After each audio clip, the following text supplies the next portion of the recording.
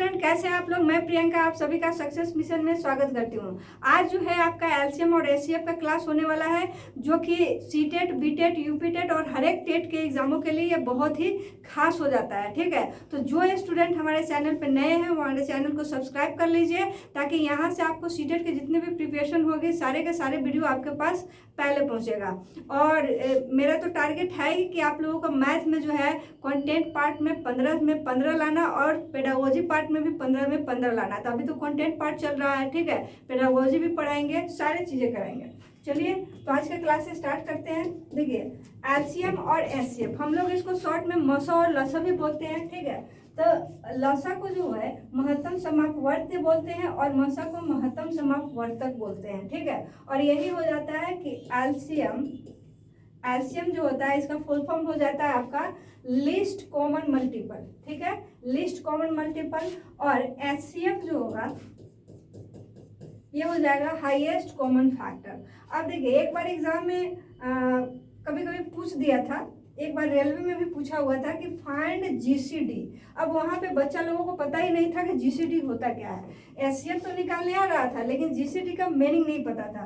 तो देखिए, एचसीएफ को ही हम लोग जीसीडी भी बोलते हैं। ठीक है, तो जीसीडी का मतलब होता है greatest common divisor. Greatest common divisor, इन सभी चीज़ों को हम लोग पढ़ेंगे। देखिए, सीटेट में जो है इसका एक अलग नाम से भी क्वेश्चन पूछता है। कैसे? नाम यही होता है पर पूछता कैसे है वो बताते हैं। हाईएस्ट कॉमन फैक्टर है और लिस्ट कॉमन मल्टीपल है। तो देखिए, लिस्ट कॉमन मल्टीपल के लिए आपका लिख दिया जाएगा, जैसे देखिए एलसीएम है तो लोवेस्ट कॉमन मल्टीपल, जिसको लघुत्तम समापवर्त्य तो सभी को जानते हैं। ठीक है, लेकिन सबसे छोटा सार्वगुणज, ये जो वर्ड है, ये लाइनिंग, ये सीटेट में खूब यूज होता है कि सबसे छोटा सार्वगुणज क्या होगा। कोई संख्या दिया रहेगा 2 3 4 और उसमें पूछ देगा कि सबसे छोटा सार्वगुणज फाइंड कीजिए। ठीक है, तो ये भाई दूसरा कुछ नहीं होता है, ये आपको एलसीएम निकालने के लिए बोला जाता है। ठीक है, तो एलसीएम फाइंड करना है। अब देखिए, एलसीएम होता क्या है, तो देखिए वह छोटी से छोटी संख्या जो प्रत्येक दी गई संख्याओं से क्या हो, पूर्णतः विभाजित हो। कहने का मतलब, चलिए एक एग्जांपल लेकर इस चीज को समझते हैं। अगर कोई संख्या दिया है, जैसे 4 है, 8 है, 12 है और 6 है, अगर इसका एलसीएम निकाला जाए, हम लोग बचपन से जानते हैं एलसीएम निकालने का प्रोसेस इस तरीके से।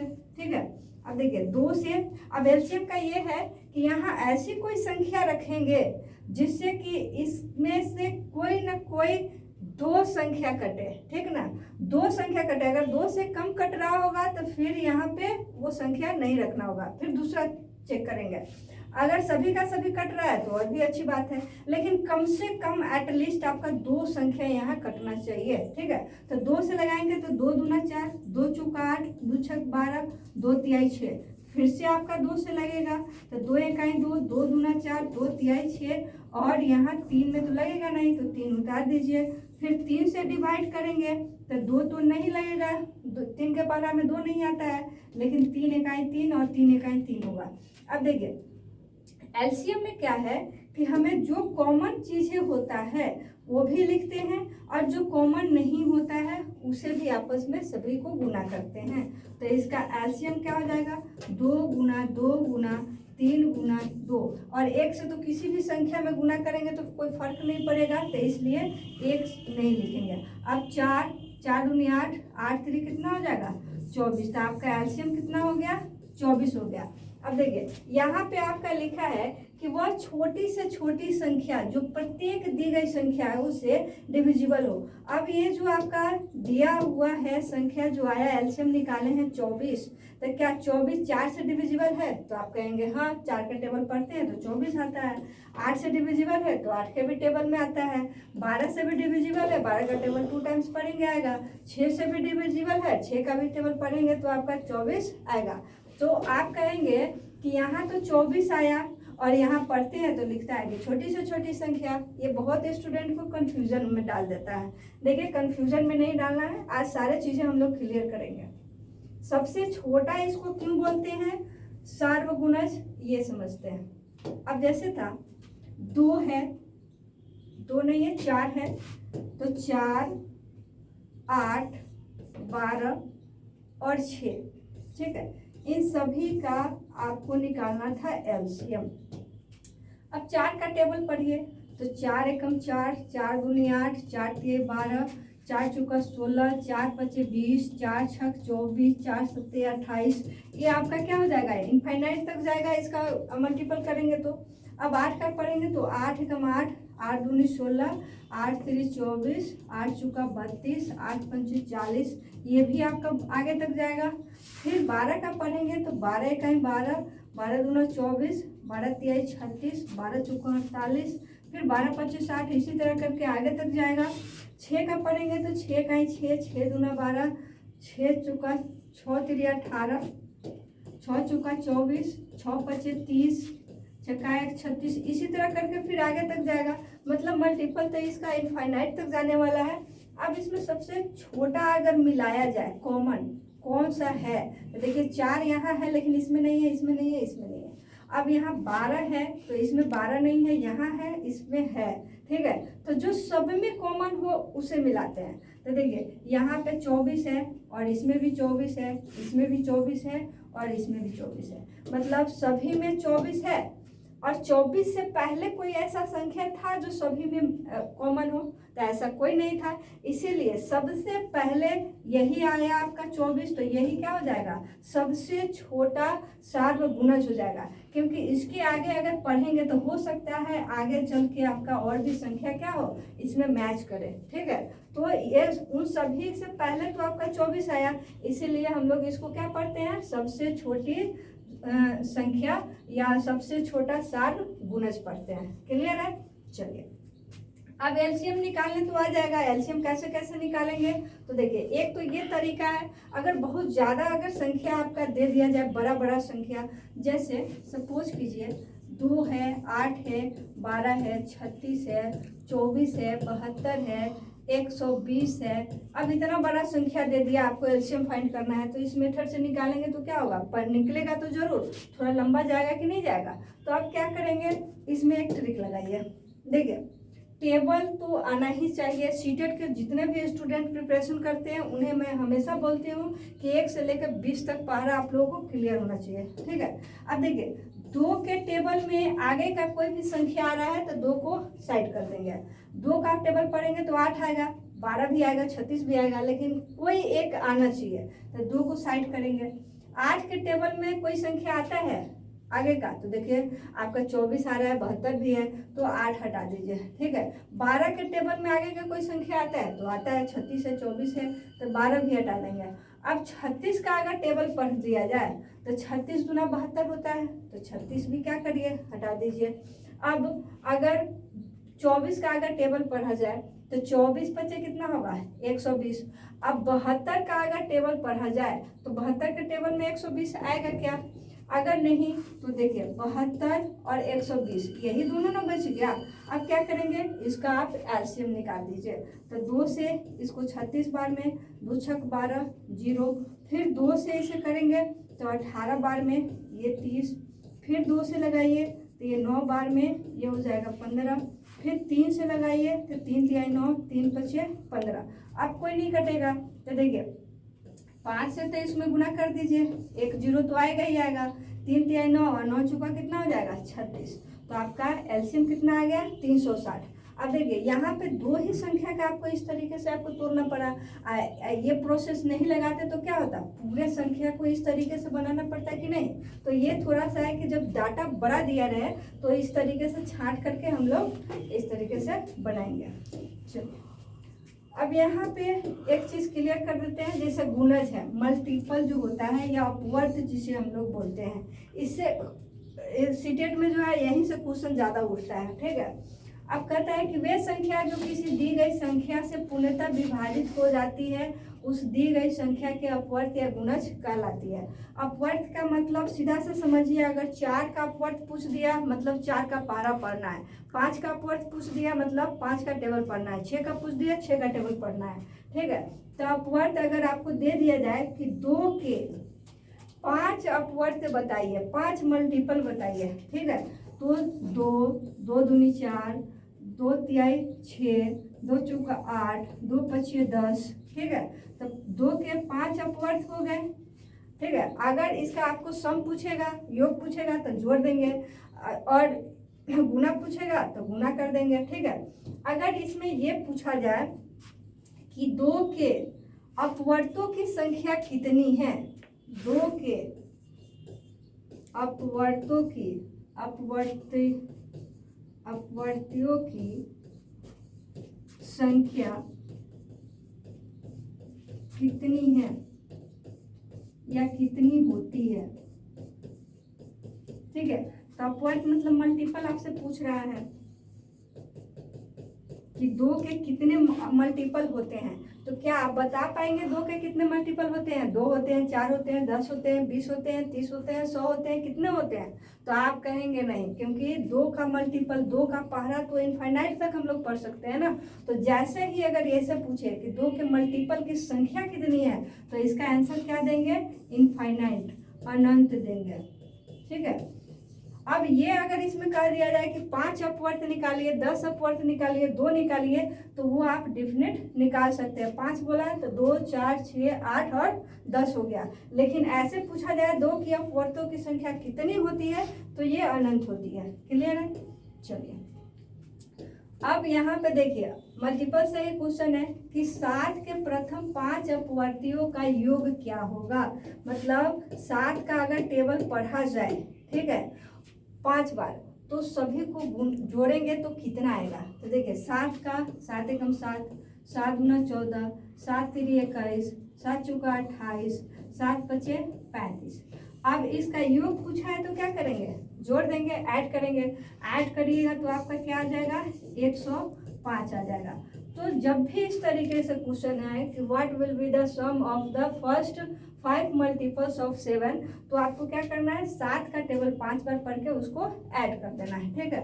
आपका ऑप्शन कौन हो जाएगा? ए हो जाएगा। देखिए अपवर्तों की संख्या, गुणनखंडों की संख्या, गुणनखंडों की संख्याओं का 5 गुणनखंडों की 4 गुणनखंडों, जैसे दिया रहेगा कि 4 के प्रथम 5 गुणनखंड, या 4 के कितने गुणनखंड होते हैं, या 120 के कितने गुणनखंड होते हैं। ये सारे सवाल जो है ना एक अलग वीडियो में हम लोग रखेंगे।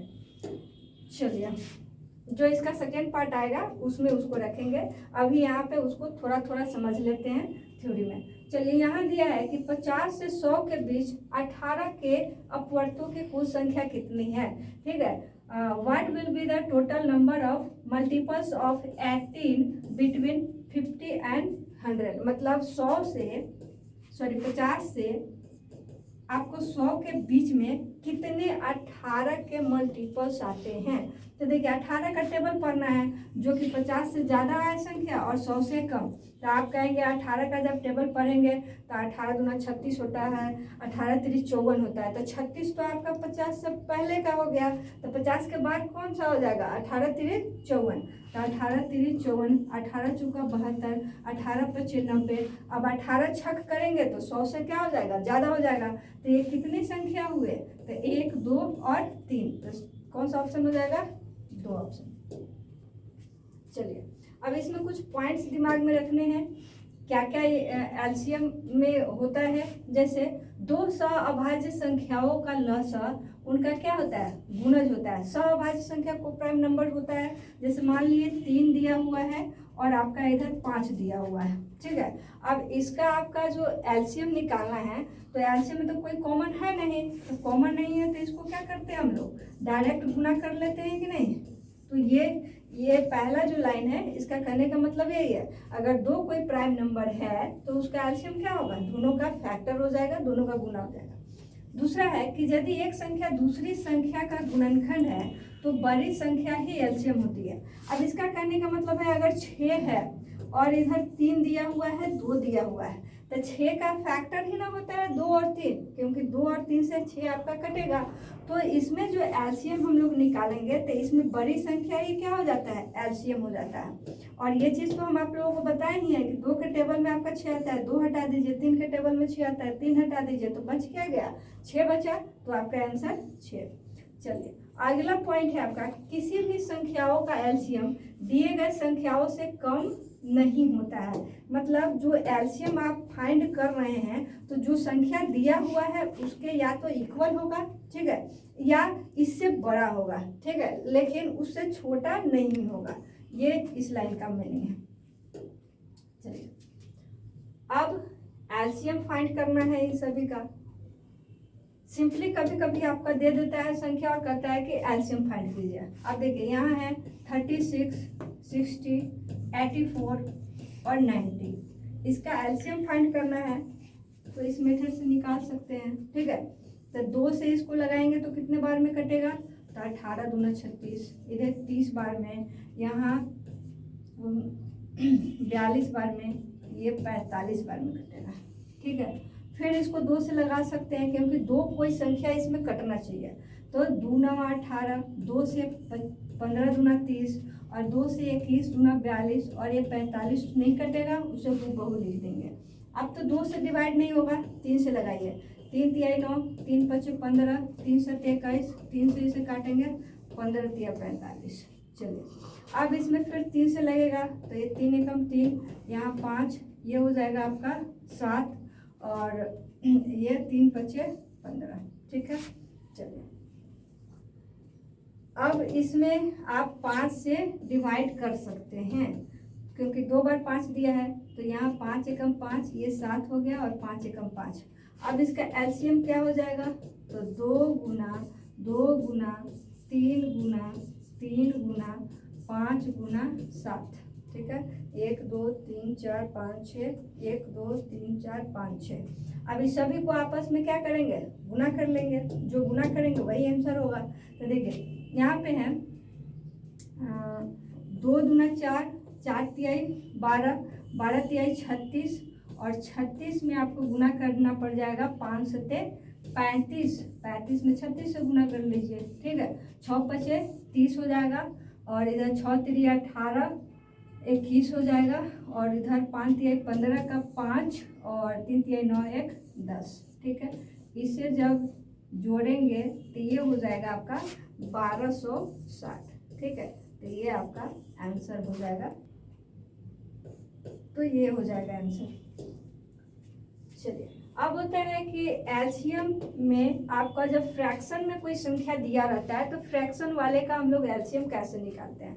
तो देखिए भिन्नों का एलसीएम निकालना हो, एलसीएम ऑफ फ्रैक्शन निकालना हो तो जो नोमिनेटर होता है, नोमिनेटर का आपको एलसीएम निकालना होगा और डिनोमिनेटर का आपको एचसीएफ निकालना होगा, ठीक है। अंशों का एलसीएम बटा हरों का एचसीएफ। अब आपका संख्या दिया है 1/3 और 5/9, 5/6 और 4/27 और इसका आपको निकालना है एलसीएम, ठीक है। तो एलसीएम फाइंड करना है तो अंश का क्या करेंगे, एलसीएम निकालेंगे। मतलब जो निकालना है अंश का वही करेंगे। अगर एचसीएफ निकालना है तो अंश का एचसीएफ, एलसीएम निकालना है तो अंश का एलसीएम। चलिए तो 5 है, 1 है और 4 है, तो इसका एलसीएम क्या हो जाएगा, तो आप कहेंगे 20। अगर नहीं क्लियर हो तो इधर क्या करिए, साइड में निकाल लीजिए। जब सीखते हैं चीज़ें तो हमें डिटेल करना पड़ता है, जब सीख जाते हैं तो उसी चीज़ को आप डायरेक्ट लिख सकते हैं। अब देखिए 5 से जब डिवाइड करेंगे तो ये कट जाएगा, 4 बचेगा। अब ये दोनों को क्या करेंगे, गुना करेंगे तो 5 का 20 आ जाएगा। अब देखिए जब आपका 3 है, 9 है, 6 है और 27 है, ठीक है। तो अभी एचसीएफ निकाला तो बताया नहीं है, लेकिन यहाँ दे दिया है तो निकालिए। अब यहाँ पे 3 से जो है सभी संख्या डिविजिबल है तो यहाँ एचसीएफ क्या हो जाएगा, 3 हो जाएगा। कैसे कैसे एचसीएफ में निकालेंगे इसका बहुत अच्छा बहुत बेस्ट ट्रिक आप लोगों को देने वाले हैं, इसलिए वीडियो के अंत तक बने रहिए, आपको सारी चीज़ें सिखाएंगे। अब देखिए ये पावर वाले संख्या आएगा, पावर वाले, ठीक है। घात में अगर दिया रहेगा और उसका आपको एलसीएम निकालना है तो क्या करेंगे, तो देखिए यहाँ जो है 3 का पावर 7 है, 3 का पावर 12 है और 3 का पावर 17 है। जब कभी पावर वाले में बेस इक्वल हो, ठीक है, तो हम हाईएस्ट पावर लेते हैं। बेस इक्वल हो तो हाईएस्ट पावर सीधा ले लीजिए, और बेस इक्वल नहीं है तो कोशिश करेंगे कि बेस कॉमन किसमें है या नहीं है। तो यहाँ तो सभी का सभी बेस क्या है, इक्वल है, तो सब में पावर कौन सा बड़ा, तो 17। तो यही क्या हो जाएगा, 3 का पावर 17 आपका एलसीएम हो जाएगा। क्लियर है, बहुत ही आसान से सवाल है। अब देखिए यहाँ पर है आपका 2 का पावर 3 है और 3 का पावर 2 का एलसीएम आपको फाइंड करना है। 2 का पावर 3 और 3 का पावर 2 का, तो 2 का पावर 3 क्या होता है, 8 होता है कि नहीं। और 3 का पावर 2 कितना होता है, 9 होता है। और 8 और 9 का एलसीएम अगर निकालेंगे, एलसीएम ऑफ 8 एंड 9, तो कितना हो जाएगा, 9 8 72। डायरेक्ट आपको क्या करना होगा, गुना करना होगा कि नहीं करना होगा, तो ये हो गया। अब इसी में पावर तो रहे लेकिन माइनस में हो, जैसे दूसरा क्वेश्चन आपका दिया है कि 3 का पावर -2, फिर 2 का पावर -5, फिर 4 का पावर, ठीक है। तो यहाँ 2 का पावर -2, 2 का पावर -5 और 4 का पावर -3 है, ठीक है। तो 2 का पावर -2 तो ठीक है, 2 का पावर -5 भी ठीक है, लेकिन यहाँ 4 दे दिया तो इसको हम लोग 2 के पावर में पहले कन्वर्ट करेंगे। तो क्या करेंगे, 2 का पावर -2 ये है और 2 का पावर -5 है, इसे 2 का पावर 2 लिखेंगे आप, पहले से पावर इसका क्या है, -3 है। तो ये हो जाएगा आपका, ये हो जाएगा 2 का पावर -6, ठीक है। और ये पहले से यहाँ 2 का पावर -5 है और 2 का पावर -2 है। तो देखिए जब एलसीएम निकालते हैं और कोई भी चीज़ है आपका जब पावर माइनस में हो जाए, जैसे देखिए -2 बड़ा है कि -6 बड़ा, तो अब आपसे पूछा जाएगा कि -2 बड़ा है कि -6, तो आप कहेंगे -2। सपोज कीजिए कि किसी आदमी के पास 2 रुपये कर्जा है दोस्त को देने के लिए और किसी के पास जो है 6 रुपये कर्जा है, तो कौन ज़्यादा कर्जे में है, 6 वाला। करने का मतलब माइनस में आपका जो है इसका वैल्यू ज़्यादा हो जाता है। तो -2 रुपया क्या है, कम है कि ज़्यादा है, तो ज़्यादा है, तो इसमें तो ज़्यादा वाला पावर लेना था। तो एलसीएम क्या हो जाएगा इसका, तो 2 के पावर -2 हो जाएगा, ठीक है। अब चलिए अब एचसीएफ में आ जाते हैं, ठीक है। एचसीएफ किसे कहते हैं, तो देखिए जिसे हम लोग शॉर्ट में मौसा भी बोलते हैं, महत्तम समापवर्तक, ठीक है। इसे ग्रेटेस्ट कॉमन डिवाइजर भी बोलते हैं और एचसीएफ हाईएस्ट कॉमन फैक्टर भी बोलते हैं, मतलब जीसीडी भी बोलते हैं और एचसीएफ भी बोलते हैं, दोनों बोलते हैं। और जो सीटेट में आपका एक लैंग्वेज यूज होता है, सबसे बड़ा सार्वगुणनखंड, क्या यूज करते हैं, सबसे बड़ा सार्वगुणनखंड, ठीक है। सबसे बड़ा सार्वगुणनखंड ये होता है आपका एचसीएफ, ठीक। अब एचसीएफ का डिफिनेशन क्या बन जाएगा, तो वह बड़ी से बड़ी संख्या जो प्रत्येक दी गई संख्या को पूर्णतः विभाजित करता है, उसे ही हम लोग कहते हैं एचसीएफ। जैसे सपोज कीजिए अगर 2 है, 4 है, 8 है और 6 है, हमें एचसीएफ फाइंड करना है, तो कौन सा होगा, आप कहेंगे 2। तो 2 कैसे आया, देखिए इसका भी तरीका, 2 है, 4 है, 8 है और 6 है। अब इस तरीके से आप एलसीएम भी निकाल रहे थे फैक्टर मेथड से, फैक्टर मेथड से हम लोग एचसीएफ भी फाइंड कर सकते हैं। अब इसमें कंडीशन क्या होता है कि यहाँ जो संख्या रखते हैं उससे सब डिविजिबल होना चाहिए। एलसीएम में क्या था, कम से कम 2 डिविजिबल होना चाहिए, लेकिन इसमें क्या है कि सब डिविजिबल होना चाहिए। तो 2 ही ऐसा संख्या है जो कि सभी का सभी जो है आपका डिविजिबल हो जाएगा। इसके अलावा आप कोई संख्या नहीं बचा कि आप इसे डिवाइड करें, तो ये आपका एचसीएफ कितना हो जाएगा, 2 हो जाएगा कि नहीं, तो यहाँ 2। अब ये जो आया ये ऐसा बड़ा से बड़ा संख्या है, ठीक है, जिससे जो है 2 में भाग करेंगे तो भी कटेगा, इस एचसीएफ से 4 में भी डिवाइड करेंगे तो कटेगा, इससे 8 में भी डिवाइड करेंगे तो कटेगा और 6 में भी डिवाइड करेंगे तो कटेगा। मतलब जो एचसीएफ आप लाते हैं वो सभी दिए गए संख्याओं को डिवाइड करने वाला होना चाहिए, नहीं तो फिर आपका एचसीएफ क्या हो जाएगा, गलत हो जाएगा। क्लियर है, तो ये रहा। अब देखिए एचसीएफ, इसको अगर शॉर्ट तरीका में आपको निकालना है, जैसे 2 है, 4 है, 6 है, 8 है, ठीक। अब शॉर्ट तरीका में निकालना है तो कोई 2 नज़दीक का संख्या ले लीजिए जो बहुत ही करीब हो, ठीक है। करीब होने का मतलब कि जिसको घटाने पर कम से कम डिफरेंस बचे, तो आप कहेंगे 2 और 4। अब इसको घटाएंगे तो कितना आया, ये 2 आया। तो 2 से क्या ये सभी कट रहे हैं, तो सभी कट रहे हैं, तो जब सभी कट रहे होंगे तो यही क्या हो जाएगा, आपका एचसीएफ हो जाएगा। अगर सपोज कीजिए कि आप कहें कि अगर 2 4 हमें लेने का मन नहीं है, 2 और 8 लेने का मन है तो उसे घटाएंगे, तो 8 में से 2 जाएगा, कितना बचेगा 6।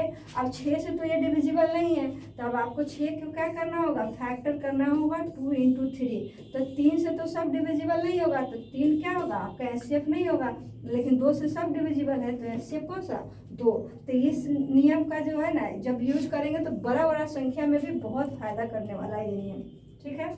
चलिए अब आपका एचसीएफ फाइंड करना है। अब देखिए आपका 28 दिया है और 32 दिया है। अभी जो तरीका बताए हैं उससे आप इसको आराम से सॉल्व कर सकते हैं। अब जैसे कि ये दोनों का डिफरेंस कितना हो जाएगा, तो 32 में से क्या करेंगे आप 28 घटा लेंगे कि नहीं, तो आपका बचेगा कितना 4, 28 4 32, ठीक है। अब क्या है कि 4 से 28 डिविजिबल है, तो आप कहेंगे 4 का टेबल पढ़ते हैं तो 28 आता है, और 4 का टेबल जब पढ़ेंगे तो क्या 32 आएगा, तो आप कहेंगे 4 8 32, ये भी कट रहा है, तो कहने का मतलब एचसीएफ अब आपका क्या हो गया 4 ही हो गया। अब आप क्या कर रहे हैं, इस तरीके से एचसीएफ ना फाइंड करके आप ऐसे कर रहे हैं। एचसीएफ फाइंड करने का एक डिवाइड मेथड भी होता है कि छोटे वाले संख्या से बड़े वाले संख्या में हम लोग भाग देते हैं, ठीक है। कैसे भाग देते हैं, तो 28 से एक बार में देंगे, कितना घट के आ जाएगा 4, फिर इसको डिवाइजर बना देते हैं और फिर इसको डिविडेंड, इसमें जब भाग करेंगे तो 4 7 28 कट जाएगा, तो 4 से कटा ना, तो ये हो जाएगा आपका एचसीएफ कब कितना 4। तो ये सब हम लोग अब यूज नहीं करते हैं। ये कब यूज करना है, जब ऐसा कोई प्राइम नंबर बड़ा सा दे दे जो समझ में नहीं आ रहा है कि इस तरीके से भी कि कौन सा संख्या से डिवाइड करें और ऐसे भी, तब इस मेथड का यूज करेंगे, नहीं तो न के बराबर आपका यूज होगा। ज़्यादा से ज़्यादा आपका डिफरेंस वाला मेथड काम आएगा, ठीक है। ये भी आपका थोड़ा सा बड़ा ही जाता है, ये भी बड़ा जाता है, ये आपका बहुत ही शॉर्ट मेथड है, ठीक है। चलिए अब चलिए अब आपका डिसिमल वाला आ गया। डिसिमल में भी आपका दिया रहेगा संख्या और एलसीएम एचसीएफ फाइंड करना पूछ सकता है। तो देखिए यहाँ दिया है 1.5, यहाँ 0.24 और यहाँ दिया है 0.36। जब भी पॉइंट में संख्या दिया रहे तो आप चलिए तो 1.5 0.24 0.036, ठीक है। आप जब भी इस तरीके का सवाल आएगा तो आप दशमलव के बाद जो है सभी का डिजिट इक्वल करिए। तो देखिए दशमलव के बाद 3 डिजिट, तो यहाँ पर भी 3 डिजिट होना चाहिए, यहाँ पर भी 3 डिजिट। तो क्या करेंगे इसमें कि आपका दशमलव गायब हो जाए, तो आप कहेंगे इसमें 1000 से गुना करेंगे, तो सभी में 1000 से गुना करना होगा कि नहीं। तो जब इसमें 1000 से गुना करेंगे तो 1500 हो जाएगा। इसमें जब 1000 से गुना करेंगे तो 248, तो इसमें जब 1000 से गुना करेंगे तो ये आपका 36 होगा। अब आपको क्या करना है, एचसीएफ फाइंड करना है। अब एचसीएफ जो होता है वो छोटा संख्या इसमें से निकालिए, करने का मतलब वो तो होता है बड़ा संख्या ही, लेकिन ये दिए गए संख्या से छोटा होता है, ठीक। तो ऐसा कोई संख्या निकालिए जो कि तीनों क्या हो डिविजिबल हो। अब देखिए 36 से तो 240 नहीं कटेगा, लेकिन 36 का फैक्टर करेंगे तो 12 या 36 होता है। 12 से 36 भी डिविजिबल है, 240 भी डिविजिबल है, 1500 भी डिविजिबल है, तो 12 तो हो जाएगा इसका एचसीएफ। अब देखिए सभी में कितने से गुना किए थे, 1000 से किए थे ना, तो अब 1000 से आपको क्या करना होगा, लास्ट में डिवाइड देना होगा, तो 0.012 आ जाएगा इसका एचसीएफ, ठीक है। तो एलसीएम और एचसीएफ जब भी फाइंड करना होगा डिसिमल वाला, तो आप कोशिश कीजिएगा कि दशमलव जो है राइट साइड में हटा दे, उसको एक होल नंबर में ले आए और तब उसका एलसीएम एचसीएफ फाइंड करें, और बाद में जो है कन्वर्ट करेंगे उसको पॉइंट में। चलिए अब इसका भी अगर फ्रैक्शन वाला संख्या का आपको एचसीएफ फाइंड करना हो जाएगा, तो देखिए अंश का एचसीएफ फाइंड करेंगे और हर का क्या करेंगे, एलसीएम फाइंड करेंगे। जैसे आपका संख्या दिया हुआ है 16/21, 8/15, 2/3, 24/27, तो एचसीएफ इसका क्या हो जाएगा, तो अंश का तो आपको एचसीएफ फाइंड करना है, तो सबसे छोटा 2 है और 2 से सभी संख्या डिविजिबल है, तो आपका एचसीएफ क्या हो जाएगा 2। और एलसीएम के लिए क्या होगा, तो देखिए एलसीएम के लिए बड़ा संख्या है, लेकिन इसको भी हम लोग थोड़ा सा कोशिश करेंगे तो 3 छट जाएगा, क्योंकि 3 के टेबल में आपका 15 आता है, तो बचा क्या आपका 15 है, 21 है और 27 है। इसका एलसीएम फाइंड कर लीजिए। 3 से आपका लगाएंगे तो 3 × 5 = 15, 3 × 7 = 21 हो जाएगा। फिर 3 नमा 27 हो जाएगा। अब इसमें क्या भाग दे सकते हैं किसी से, सिर्फ एक से ही कटेगा, 2 3 4 5 किसी से भी नहीं। तो देखिए अब इसको आपस में क्या करेंगे, गुना कर लीजिए। तो 5 तिहाई 15 और 15 सत्ते 105 होता है, 9 से गुना कर लीजिए, 9 पचे 45 और 9, तो 9 से कितना हो जाएगा, 45 हो जाएगा कि नहीं। तो ये हो जाएगा इसका HCF 2/9 से 45। चलिए ये भी फिर पावर वाला संख्या सब आ गया, इसका HCF वगैरह निकालना है। तो देखिए HCF में जो है हम लोग छोटा पावर लेंगे, LCM में मैक्सिमम पावर लेंगे और HCF में छोटा पावर। तो यहाँ पे 2 जैसे दिया है, 2 का पावर 8, 2 का पावर 10 और 2 का पावर 15। तो इसका HCF क्या हो जाएगा, तो 2 का पावर 8 हो जाएगा कि नहीं, छोटा पावर। चलिए क्योंकि यही सब में कॉमन है तो आपका ये पहला तो बन गया। दूसरा का दिया है माइनस में पावर, जैसे 7 का पावर -12, 7 का पावर -13 और 7 का पावर -18। अब देखिए इसमें छोटा लेना है, तो अब माइनस में अगर 2 लिखा है और माइनस में 3 लिखा है तो कौन छोटा है, तो आप कहेंगे ये -2 बड़ा है और -3 क्या है, छोटा है। तो 7 तो लिखेंगे और सबसे छोटा पावर कौन हो जाएगा, -18। ठीक है, तो 7 का पावर -18 आपका छोटा हो जाएगा, मतलब HCF आपका यही हो जाएगा। क्लियर है। चलिए नेक्स्ट आपका सवाल है इसी में। अब इसका आपको HCF फाइंड करना है और इसका भी HCF फाइंड करना है। ठीक है, ये आपका दिया हुआ है 5 का पावर 2 और 4 का पावर 3, इसका आपको HCF फाइंड करना है। और यहाँ पे जो संख्या दिया है 2 का पावर -2, 4 का पावर -3 और 6 का पावर -2। ठीक है, तो इसका और इसका 5 का पावर 2 और 4 का पावर 3, ये दोनों संख्या का जो है HCF आप लोगों को फाइंड करना है। ठीक है, ये आप लोगों को होमवर्क के लिए रहा। ठीक है, चलिए ये दोनों आप लोगों को बताना है और इसमें कुछ पॉइंट्स है जो कि उसको ध्यान में रखना है।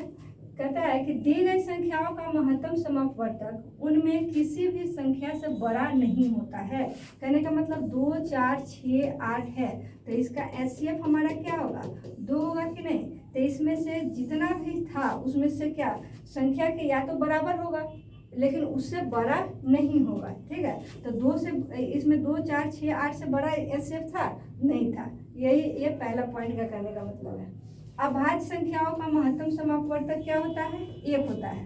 कहने का मतलब अगर 3 है और 5 है तो इसका HCF क्या हो जाएगा, दोनों में क्या कॉमन है, तो आप कहेंगे एक के अलावा दूसरा कोई नहीं। तो जब भी कोई संख्या अगर अभाज्य प्राइम संख्या अगर दिया है तो उसका HCF 1 होता है।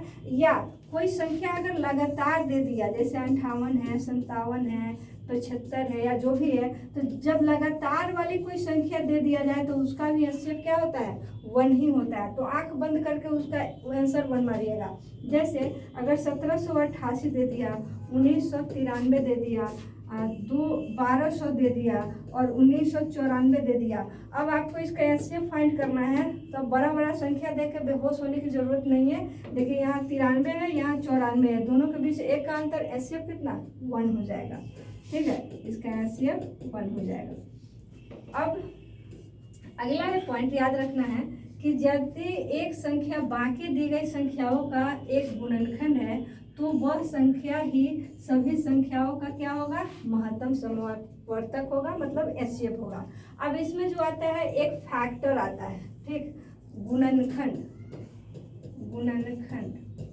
ठीक है, गुणनखंड फैक्टर।